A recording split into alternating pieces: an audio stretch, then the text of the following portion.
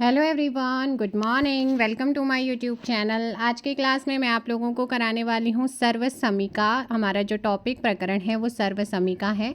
जैसे कि आप लोग यहाँ पे देख रहे हैं, डेली लेसन प्लान हमारा 23 यानी कि दैनिक पाठ्य योजना चल रहा है 23। यहाँ पर आपका लेफ़्ट साइड में विद्यालय का नाम, दिनांक और कक्षा लिखी गई है, और राइट साइड में विषय है हमारा यानी कि सब्जेक्ट है मैथ्स यानी कि गणित। प्रकरण है सर्वसमिका यानी कि टॉपिक है हमारा सर्वसमिका। जब भी हम प्रकरण या टॉपिक को कहीं पर भी, चाहे वो लपेट श्यामपट्ट हो, चाहे हम बोर्ड में टीचिंग कर रहे हों, तो वहाँ पर हमेशा आपको अंडरलाइन करना है, चाहे फिर श्यामपट्ट सारांश में ही आप क्यों ना लिख रहे हों। प्रकरण टॉपिक को हमेशा नीचे अंडरलाइन ज़रूर कीजिएगा। अब सामान्य उद्देश्य की बात करते हैं। जैसे मैं आपको स्टार्टिंग से बताती हुई आई हूँ कि हमारे यहाँ का जो फॉर्मेट था उसमें सामान्य उद्देश्य को 1-2 लेसन प्लान, स्टार्टिंग के 1-2 लेसन प्लान में लिखने के बाद पूर्ववत लिखना था। तो अगर आपको हर एक लेसन प्लान में सामान्य उद्देश्यों को लिखना है, कहीं कहीं का फॉर्मेट होता है, लिखना होता है, तो आप जो हैं फर्स्ट और सेकंड लेसन प्लान के जो सामान्य उद्देश्य हैं उन्हें as it is copy paste कर सकते हैं, क्योंकि वो आपके सब्जेक्ट बेस्ड होते हैं। सामान्य उद्देश्य यानी कि मैथ्स पर बेस्ड होते हैं, तो वो आपके सेम रहते हैं फर्स्ट से लेकर लास्ट तक। जो चेंज होता है वो होता है विशिष्ट उद्देश्य में।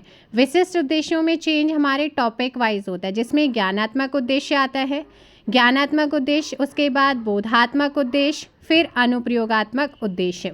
उसके बाद यहाँ पर आती है सहायक सामग्री, जिसमें सामान्य सहायक सामग्री चौक, डस्टर, रोलर बोर्ड यानी कि लपेट श्यामपट्ट, संकेतक। विशिष्ट सहायक सामग्री में जो भी आप चार्ट मॉडल यूज़ कर रहे हैं उसे लिखेंगे। टीचिंग मेथड, शिक्षण विधि अगर आपके यहाँ पर फॉर्मेट में है तो आप इसे लिखिएगा, आगमन निगमन विधि है।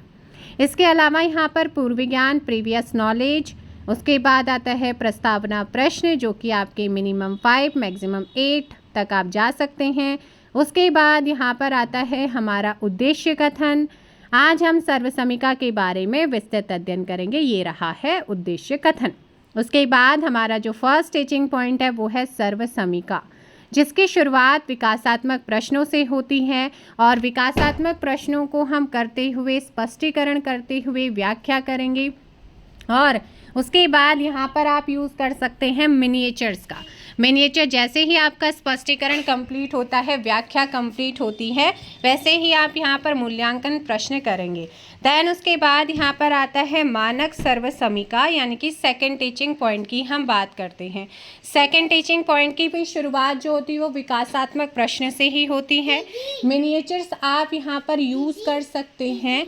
मिनिएचर्स क्या करेंगे, आप यहाँ पे यूज़ करेंगे, मूल्यांकन प्रश्न करेंगे। उसके बाद हमारा थर्ड टीचिंग पॉइंट है सर्वसमिकाओं का उपयोग। मॉडल यहाँ पर उदाहरण है, इसकी भी शुरुआत विकासात्मक प्रश्न से ही होगी। उसके बाद हम जाते हैं अपने छात्र प्रश्नावली। अगर आपके फॉर्मेट में है तो आप इसे कर सकते हैं। फिर आता है पुनरावृत्ति प्रश्न।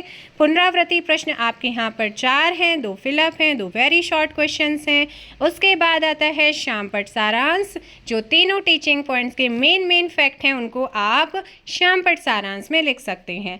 इसमें लिखने के लिए आप black chart paper, white pen का यूज़ करेंगे। उसके बाद आता है यहाँ पर गृह कार्य यानी कि होमवर्क। जो कुछ आपने पढ़ाया है आप उसी से रिगार्डिंग बच्चों से होमवर्क पूछेंगे और उनको क्वेश्चंस देंगे। उसके बाद आता है रेफरेंस, और रेफरेंस रहा है क्लास 7th की मैथ्स की पुस्तक। यहाँ पर क्या रहा है, रेफरेंस एनसीईआरटी पाठ्य पुस्तक रही है। Thank you so much. Video को लाइक और शेयर कीजिएगा।